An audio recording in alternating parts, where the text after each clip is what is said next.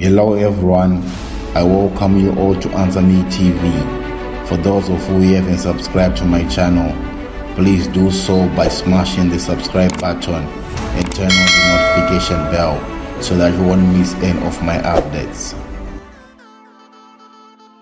Lucky Philip Dube, from the 3rd of August, 1964 to the 18th of October, 2007, was a South African reggae musician and Rastafarian.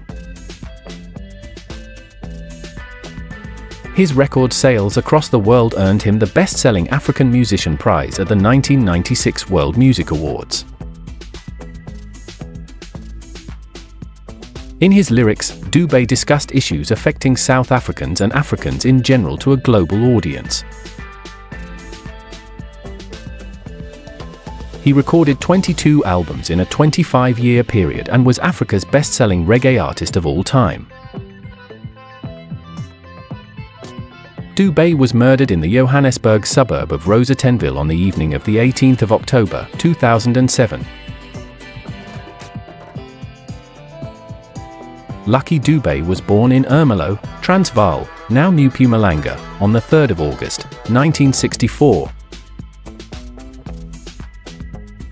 Dube worked as a gardener in his younger years but later decided to go to school in order to improve his economic prospects. There, he joined a choir and with some friends, formed his first musical ensemble, the Skyway Band. While at school, he discovered the Rastafari movement. At the age of 18, Dube joined his cousin's band, the Love Brothers, playing Zulu pop music. The band signed with Teal Record Company and recorded the album Lucky Dube and the Super Soul, and Dube began to learn English. In 1986, together with his cousin Richard Saluma, he released the Afrikaans album Die Caps Dance, followed by the EP Help My Crap, the same year, under the name Hansi. Drawing inspiration from Jimmy Cliff and Peter Tosh, he felt the socio-political messages associated with Jamaican reggae were relevant to a South African audience in an institutionally racist society.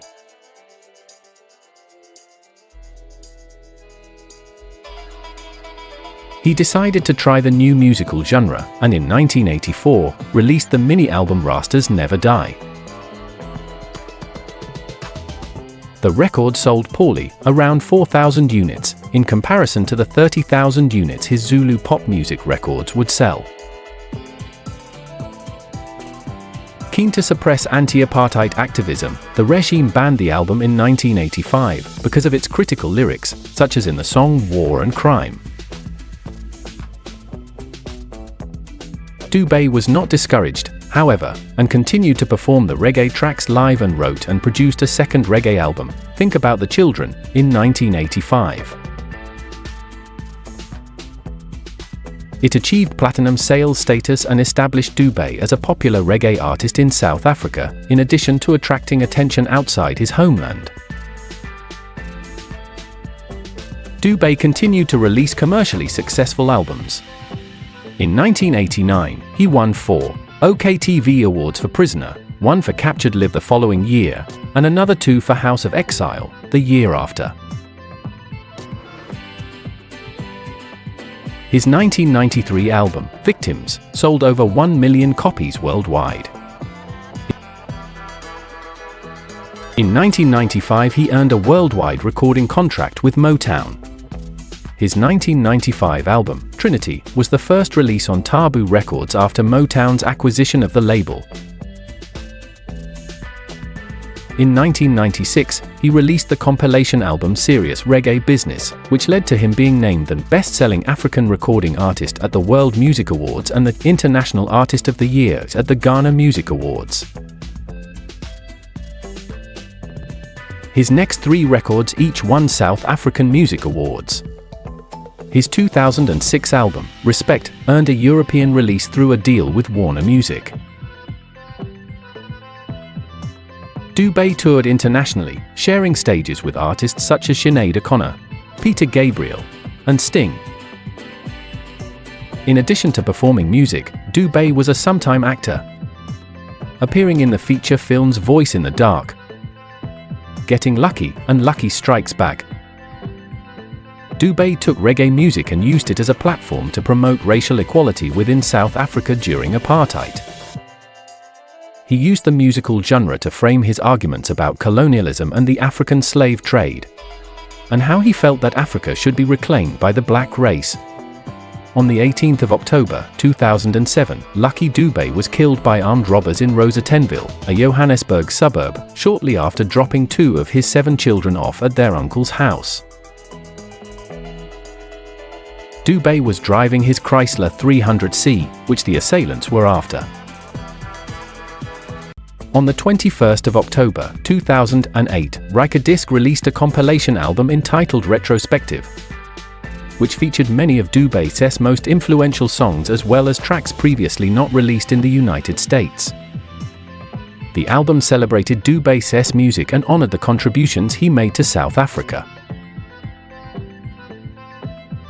As one of the first artists to bring African reggae to the mainstream, Dube bridged cultural gaps within the African diaspora. What his music did is a praxis of cross-culturality and visionary possibility. Dube gave Africa a voice and put its culture on the global stage by joining the global reggae community. Through taking Jamaican music back to its roots, he recontextualized the oppression and political struggles that reggae seeps itself in, bringing the basis of the diaspora back in conversation with the diaspora at large to allow for a more pan-African form of cultural expression.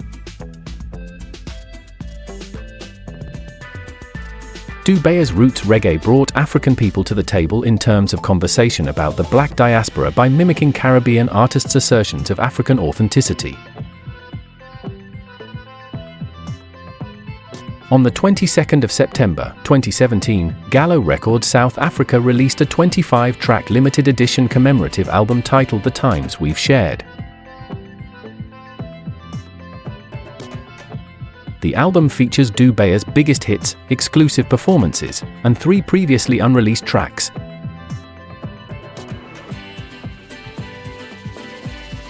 In Australia, Dube's music has found resonance in remote Aboriginal communities, and his popularity has led him to be called bigger than the Beatles throughout much of Central and Northern Australia.